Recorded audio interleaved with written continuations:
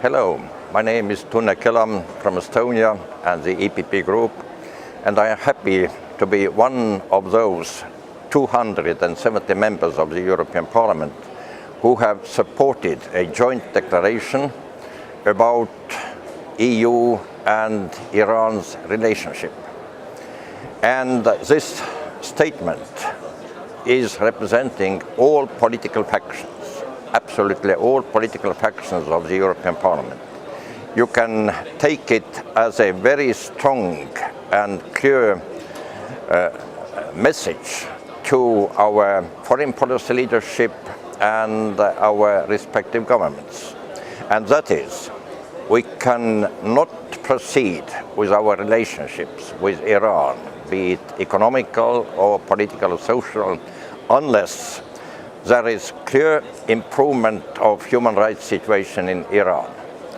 I think this is absolutely according to the EU value-based foreign policy, because in fact the human rights situation, the number of executions, especially of minors, have increased since last year's nuclear deal.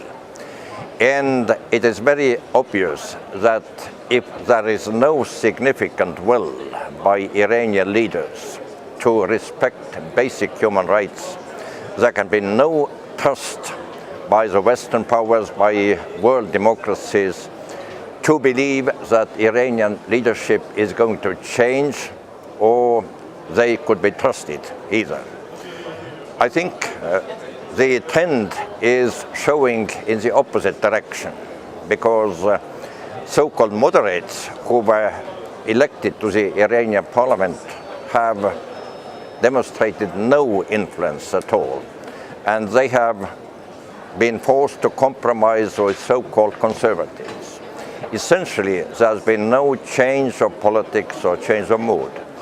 And in addition, Iran's leadership is conducting actively export of terrorism, supporting dictator Assad in Syria, and has been actually the root of extremism in the Middle East, one of the causes of the present crisis. It can't be expected that Iranian leadership and allying or cooperating with it could be a remedy.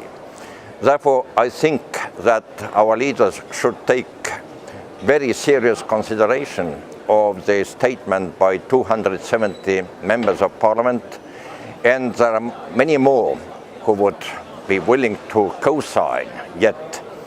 And I look forward to the 9th of July, when there will be yearly huge meeting of supporters of free democratic Iran in Paris, under the leadership of the President of the Council of National Resistance, Madame Rajavi.